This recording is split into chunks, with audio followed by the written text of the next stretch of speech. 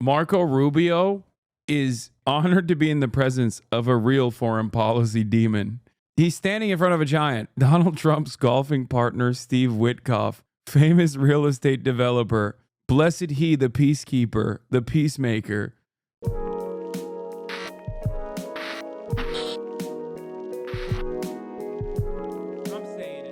Anyway, yeah.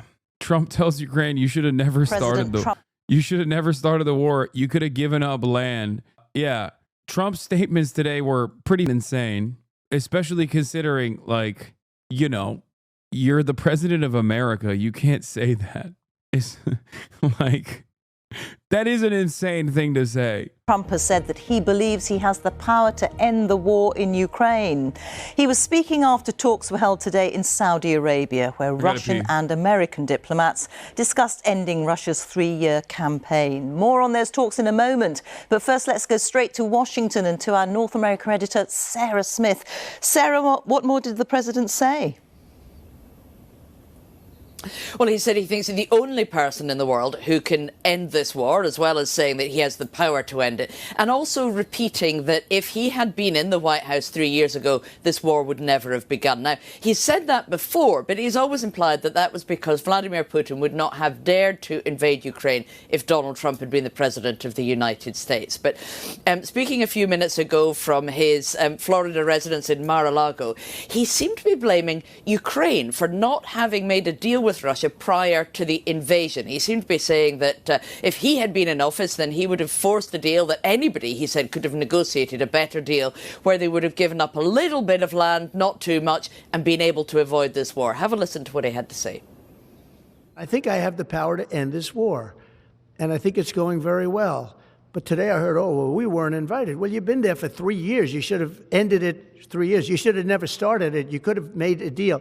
I could have made a deal for Ukraine that would have given them almost all of the land, everything, almost all of the land, and no people would have been killed, and no city would have been demolished, and not one dome would have been knocked down. But they chose not. That's my go, dude. He's just different. Art of the deal, baby. Art of the deal. He would have given him almost all of the land. Not all of it, but almost all of it. If only Ukraine hadn't started the war by just kind of existing there. Not to do it that way. Like, America has more responsibility in this process than even Ukraine does. Now, of course, when he was... Yeah, this is my favorite pro-Russian argument, by the way. Ukraine government and military shouldn't have slaughtered their Donbass population on and off between 2014 and 2022. Yeah, they should have let the Russian military do that instead to virtually every part of eastern Ukraine. I'm so glad that Russia saved all of those ethnic Russians in eastern Ukraine by invading eastern Ukraine and turning every city into rubble. That's not what I'm saying. Okay. Yeah. Even if that's your position, once again, who is goading Ukraine at that point? You think the Ukrainian government is doing that on its own? No, of course not. That's why it's f***ed up when Donald Trump says shit like that. Was saying that Ukraine was complaining about not being invited. That was because they were not part of those talks that took place between America and Russia in Saudi Arabia today. Now, from the State Department, from Marco Rubio, the Secretary of State, we heard that those were not negotiations about how to end the war. They were simply initial talks between America and Russia, who will now put together top teams who will speak to each other about the parameters of how the war might end. And the Secretary of State was... They were shelling Donbass for 8 years. What the hell are you talking about? You think I don't know that? Yes, I know. 14,000 people. I know that. Okay. Thank God Russia liberated those places. Thank God Russia liberated those places by basically blowing up every other surrounding city as well. They did such a good job by killing literally 10x more minimum. Very clear. He said if they do get to the point of actually negotiating what a peace deal or a ceasefire might look like, at that point Ukraine will be brought into the talks and some European nations will be consulted. But for now, those talks are very much... The most important question about the peace talks, will Turkey be at the table? No, I'm actually very upset with Donald Trump about that. Nothing else, just that. They went to the Saudis. They went to the Saudis instead, and I personally think that's gross. Okay, Turkey is not at the table. Turkey is the table. Okay. We are the table. It's really messed up. Between only the United States and Russia. Thank you very much, Sarah Smith there in Washington. What does Israel do here now that America and Russia are publicly buddy-buddy? What? Do you know how much Israel loves Russia? What are you talking about? What? Oh man, it's going to be really sad when all of the Russian-Israeli dual nationals will be able to freely go back and forth again now that their assets are not threatened with seizure, or rather, you know, all of the Russian nationals won't have to use their Israeli passports to freely travel to Western Europe now. That's what's going to happen. Like, Israel aids Ukraine versus Iran and Russia in Ukraine. Yeah. Israel is Russia too. It's kind of funny because I had a conversation with Sam Cedar a while back, if you remember, and he literally said Israel is so violent because of all the ethnic Russians that came to Israel once. And I was like, I don't know about that, Sam. I mean, there are a lot of Russians in Israel. That is true. This part is correct. But I don't think it was the ethnic Russians that made Israel more aggressive towards Palestinians.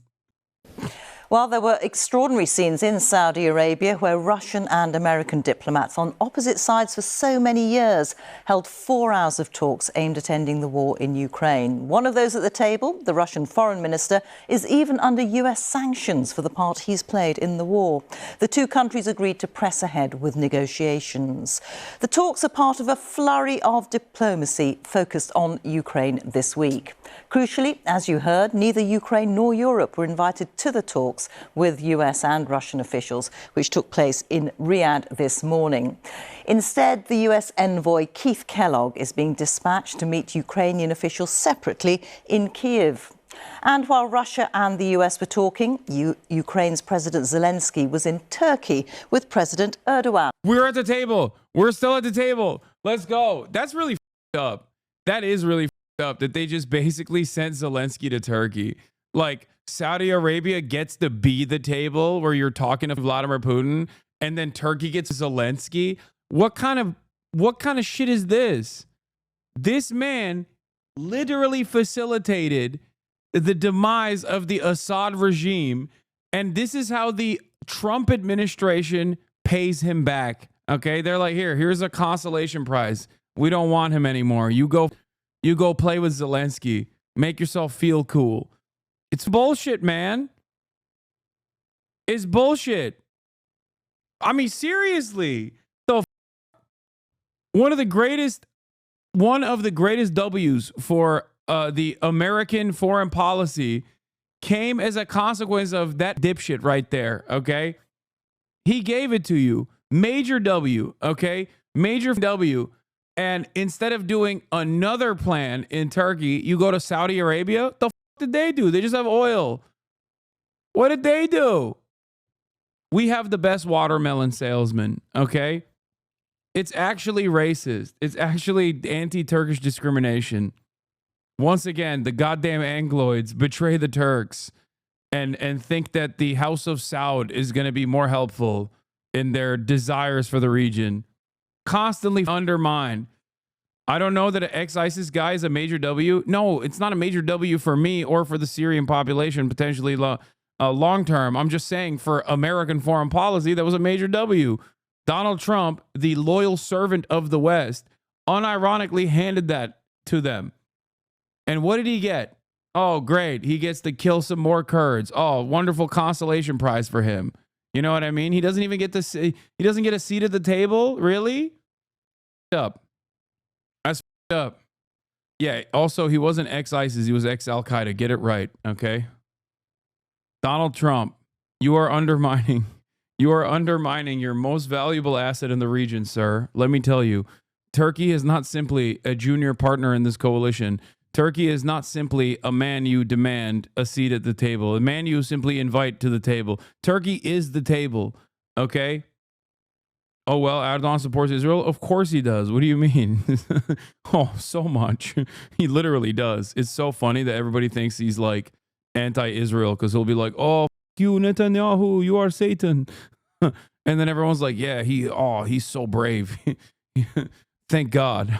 Thank God for this brave boy speaking out against Israel. It's like his son literally is still sending like his own ships into Israel. Anyway, everything I just said was a joke for the record about, well, not the Israel stuff, that was real, but the other stuff about Turkey being undermined and not being at the seat, not getting a seat at the table. Yesterday, European leaders held an emergency summit in Paris to discuss Ukraine and European security, underlining the unease being felt about President Trump's plans to resolve the war.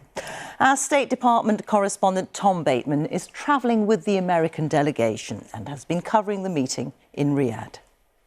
Weren't you also in support of ISIS while the Kurds were fighting them off? What? No. What are you saying? No, I'm in support of the Kurds, you idiot. What are you saying? Oh, you said weren't they? I thought you were talking about me. Yes, they were, and they still are. What are you talking about? It's not ISIS. They have a different version. I'm sorry, I misunderstood what you were saying.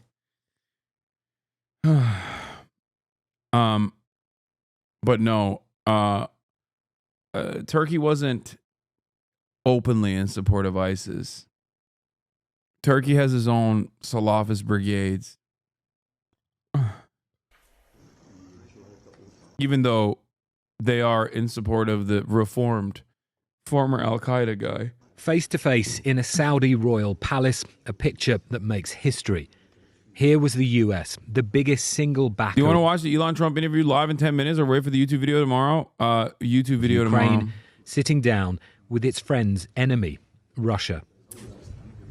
Both sides were silent and stony-faced for the media, but Vladimir Putin's team clearly happy that President Trump had ended their isolation.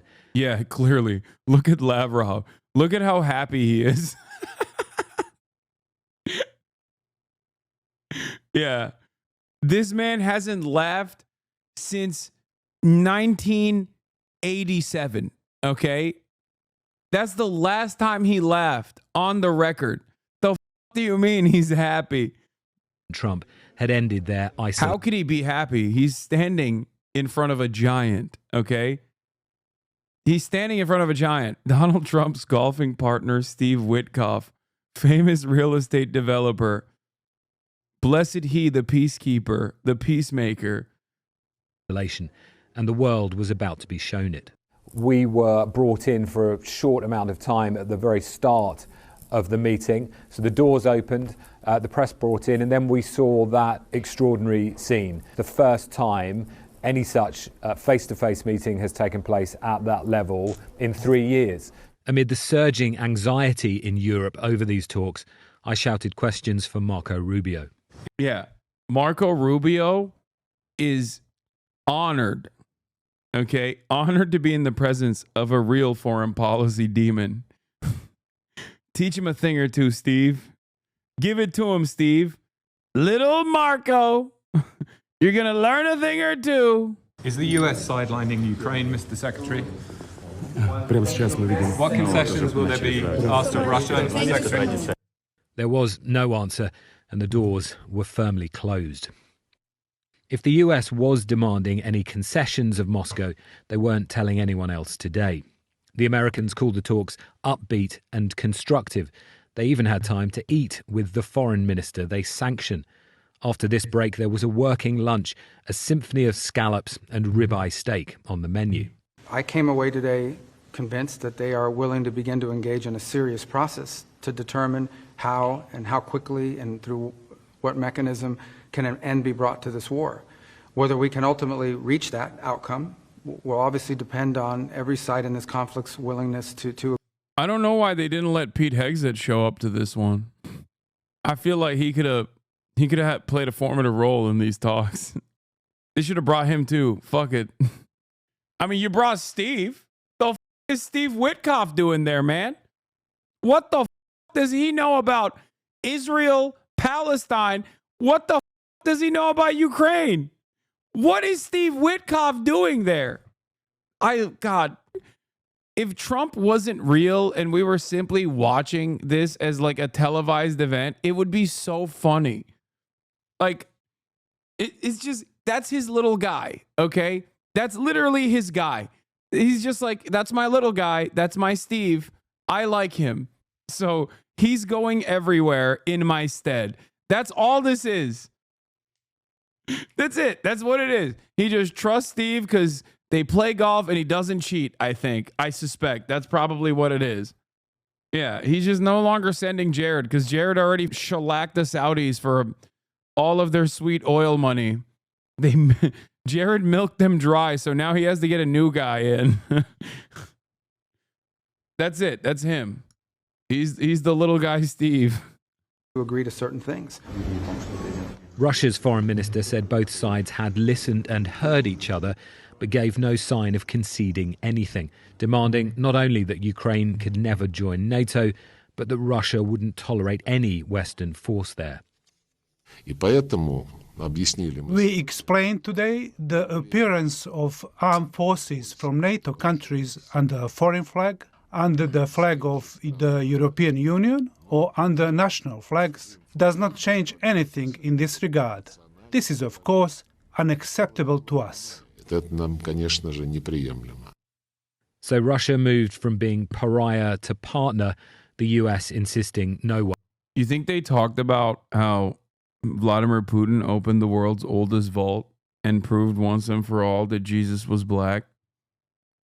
Like, even for a little. You think Lavrov brought it up? I think so. One is being sidelined, but the negotiating table was just as notable for who wasn't invited: no Ukrainians nor Europeans. President Zelensky was instead in Turkey. He's cancelled a planned trip to Saudi Arabia. I am convinced that for Ukraine and for our region, for Europe, that it is critical that any negotiations to end the war are not happening behind the backs of the key parties affected by the Russian aggression. A stark reminder of that before the talks as Russia launched another mass drone attack on Kyiv and elsewhere overnight. Today's events have so far done nothing to allay the biggest fears in Ukraine. That's crazy, dude. That's crazy. They made him sit at the kids' table. That's crazy. Ukraine of being forced to accept an end to war on Russia's terms, with the peace being carved up between Moscow and Washington. Tom Bateman, BBC News, Riyadh. Well, in a moment, we'll speak to our Russia editor, Steve Rosenberg. But first, let's go to our Ukraine correspondent, James Waterhouse, who's in Kyiv for us. And James, how are President Trump's latest comments likely to be received there? Well, to give you an idea, 3 years ago, it was very difficult for Ukrainians to hear Vladimir Putin announce that he was... Isn't it just USA and NATO losing, basically? Yeah. The United States lost so much, dude. It's crazy. They were able to shut off a massive competitor and its pipeline project to more efficiently deal energy into the European market and force the Europeans to either purchase it with an upmark from other countries in the region or directly get it from the United States of America. The American military-industrial complex was able to dump a shit ton of older weapons and equipment to Ukraine and is now going to basically pick apart Ukrainian natural resources, aside from, purchasing all of the other state-owned enterprises at pennies on the dollar for Western capital. Is really, really devastating for America. No, America made out like a bandit. It's new. Russia's military suffered 530,000 casualties in 2024, a NATO official said. That's nearly two-thirds of two-thirds of Russian troops killed or wounded in Ukraine since 2022. Russia's casualty count is now 837,000 killed or wounded, nearly 3 years since the Kremlin's full-scale invasion. I don't know what this information is, man. I never know. You just don't know. I don't trust anybody's numbers. Does this mean that Biden was actually the go to the American military industrial petro complex? No, because he wouldn't have had any of this shit if Vladimir Putin wasn't a dumbass who turned around and invaded Ukraine. Like, that's why I kept saying Vladimir Putin handed a gift to America, like a major gift. Yeah, I did know that Biden doesn't even have a PhD in foreign policy. He's just that good. Sure, Russia lost 1 million soldiers and are still winning. I mean, I don't know if they actually lost 1 million soldiers, okay, wounded or dead. I don't know if that's the truth or not, but it doesn't matter. Of course, Russia lost a shit ton of soldiers, like regardless of whether it's 1 million or not. They did. I'm not going to watch the Elon Donnie interview tonight. We'll watch it tomorrow. Going to denazify Ukraine by sending in 150,000 troops. They were words and actions that spread fear and anxiety across this country, fears that have endured with the full-scale invasion. Most Ukrainians do not believe the assertion that Russia is ready for peace, despite America and Donald Trump coming to that conclusion repeatedly over the past week as it asserts its new foreign policy. We've just been in the shelter for an hour on another common night where dozens of drones have been launched across Ukraine. Now, we have heard Donald Trump tonight say Ukraine shouldn't have started this war. That it should have traded land early on, as you have heard. It was Russia that launched a full-scale invasion off the back of 8 years of aggression towards Ukraine when it seized Crimea. These are words that you would expect to come from the Kremlin. Donald Trump talked about elections not being held for a while. It is close to repeating the Kremlin's false claims that President Zelensky is an illegitimate leader when elections have legally been postponed under martial law enshrined in Ukraine's constitution. I think the words of Donald Trump reflect the fewer places Ukraine has to look as it continues fighting this invasion. President Zelensky says he can't do it without weapons. He can't do it without America's help. In Turkey today, he looked visibly irritated, tired, and he argued that you can't have negotiations about Europe and Ukrainian security without either party being involved. And Steve, by contrast, Russia must feel that this is all going their way. Yeah, the Russians are delighted, I think, by how things have gone today. I mean, they believe that they've already scored a diplomatic... There's no good reason elections haven't been held. It happens in wartime all the time. No, I think it's understandable. That's the one thing that I disagree with. I think in terms of like banning political parties by claiming that they have sympathies for Russia is one thing. That I think is undemocratic. But it does make sense that they wouldn't hold an election, especially when there's plenty of fucking territory that is now literally annexed by Russia. What are you supposed to do? I don't think it's that. There's also so many Ukrainians that are literally not in Ukraine either. You hold elections is what you do. I think that's a weird thing that people constantly push for. Iraq and Afghanistan held elections during occupation. Oh, wow. Yeah, those were definitely really good and very real elections. Like, what are you talking about? And I'm not saying this because I think like Zelensky is super popular or whatever, or that like elections, if they were held, would basically undermine Zelensky. I think it probably would. But regardless, like I do understand why they would maintain martial law. They're invaded. Having a fair election seems democratic. I think it's really funny that a lot of these people say like, a lot of these people are like, oh, why didn't they have an election? But I don't know what the current Ukrainian politics looks like, but I don't think that like the process of democratic elections in this instance would bring forth a figurehead that is better for Russian interests or better for anyone really.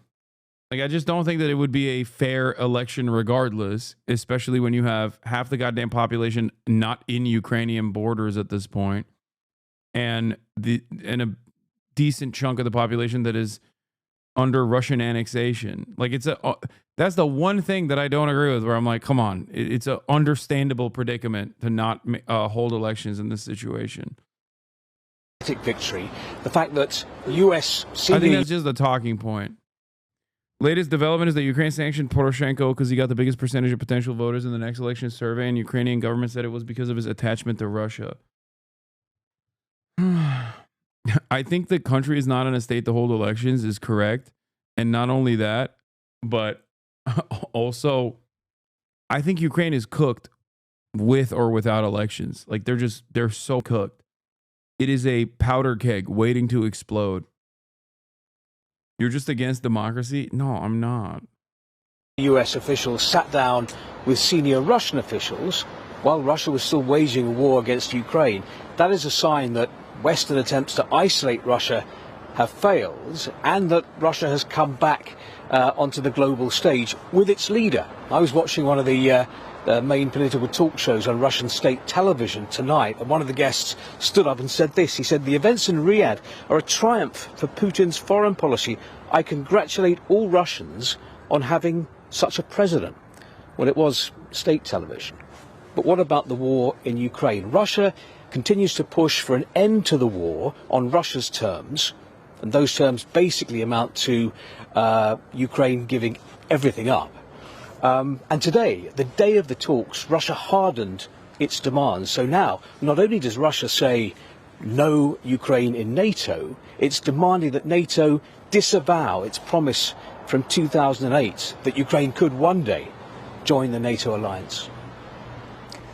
Steve in Moscow and James in Kiev. Thank you both very much. Well, the issue of how to keep the peace in Ukraine in the event of an agreement has been preoccupying European leaders. Sir Keir Starmer has said he would consider deploying UK troops to Ukraine, although, as you heard, Russia's foreign minister said his country wouldn't accept having peacekeeping forces from NATO countries in Ukraine under any peace deal. Our defence correspondent Jonathan Beale has been with British troops in Romania, which borders Ukraine, where they're training for all eventualities. These troops know they may be sent into danger. Part of Britain's High Readiness Force training with European NATO allies in Romania. The border with Ukraine is just 16 miles away. They're already learning the lessons, the return of trench warfare. But they also know they could be called on to help secure a peace in Ukraine. This brigade is absolutely ready. My brigade back in the UK is ready, but clearly what that force package would look like would be dependent upon what the Prime Minister and the Minister of Defence would like. But we are ready. But you couldn't do it on your own? Absolutely not. I think the Prime Minister has been very clear that the UK would contribute to efforts, but absolutely not doing it on our own. From training in trenches... What are you laughing about, Lamau? Dude, I'm looking at the brave and bold 75,000 men strong British forces, okay? They're going to do it. In Romania, to potentially real ones in Ukraine. Keir Starmer has said he's ready and willing to put British troops in harm's way if necessary to secure peace in Ukraine. But the question is, does Britain, does Europe not just have the will, but the numbers too? This is NATO's largest exercise of the year, involving 10,000 military personnel from 8 European countries. Bro, they're playing make-believe, dude. That's crazy. Okay, I'm not going to say That's just 10% of the numbers that many defense experts say will be needed to police any ceasefire in Ukraine. The US, NATO's most powerful military partner, is not directly involved in the exercise. And the Trump administration says it won't be putting any US boots on the ground in Ukraine either. A worry for allies. In the end, it is only the US that can provide the deterrence to Putin that will prevent him attacking again. Afghanistan was the last big... Nah, you're clueless. You don't get it. 21st century will be the UK century of prosperity. Oh, yeah. Bro, stop laughing. This is serious. NATO troops, they're ready to fight for European land. Yeah. I'm going to be 100% for real with all of you. And I think many of you are going to get mad at me for saying this, especially Europeans. Without the Turkish military force, this is nothing. Okay? There's a reason why Turkey gets to do whatever the f it wants in the region. Okay? Part of that is because it has nukes, American nukes. The other part of that is because it has the second largest standing military force in the in NATO, with a lot more experience, a lot more combat experience. Okay, these guys, on the other hand, are constantly just like running around. Second largest after the United States of America, of course. Like, conscript armies are trash. Yeah, it doesn't matter. It's a conscript army that actually sees active combat. These guys literally run around, do this kind of stuff, and then go and, you know, live their lives. Okay, bro, I love you, but you're coping hard, Amok. Like, this is like expecting Redditors who talk about Russian orcs must be genocided. This is like making them go out and fight. Test for the British Army. Even that stretched resources for a regular army that was then more than 100,000 strong. Now it's down to just over 70,000. But if the call of duty comes, it might help turn around its current struggle Call of Duty with recruitment and retention. You wouldn't worry about going to Ukraine? No, I think I'd be okay. People have joined the army for a reason. You see by talking to people here, everyone's more confident. Ukraine might be a wake-up call for European nations, now being urged to spend more on defence. Support for Ukraine comes with a price. Jonathan Beale, BBC News, Galette. You know, I remember listening to some of Dr. King's Oh, yeah. He said growing calls for him to step down are a modern day Mein Kampf. My goat. Okay. Is NATO weak? No, of course NATO's not weak. With America, NATO is not weak. Without America, NATO doesn't exist. That's simply it. That was why I was laughing. They weren't a part of these combat readiness operations, and there's a reason for that. Because the great peacekeeper, Donald Trump, is involved. Russia sending people into war with 2 weeks of training, but sure, let's laugh at UK soldiers. Yeah, of course we laugh at UK soldiers. There's 75,000 of them. Russia is literally giving rapists an AK-47 from literally 4 decades ago with 8 bullets and then going, yeah, go to town. And they're doing that a million times over. What are you supposed to do in that situation? Have you not heard from any of the on-the-ground, real-time reports from Ukrainian soldiers where they're like, look, we have the equipment, okay? And at this point, we have the experience. But yeah, at the end of the day, even one Russian soldier with an AK-47 establishing a position is still going to be a problem for us. It doesn't matter how advanced your tech is. At the end of the day, it's clear that the side that has more people to send, British Armed Services, 135,000 strong active persons, they literally just said it's 70,000 people. Like, what do you do in that situation? Oh, combat versus, okay, combatants versus non-combatants, 135,000 with non-combat included. Hasan Reactions, one of the best ones in the React channel.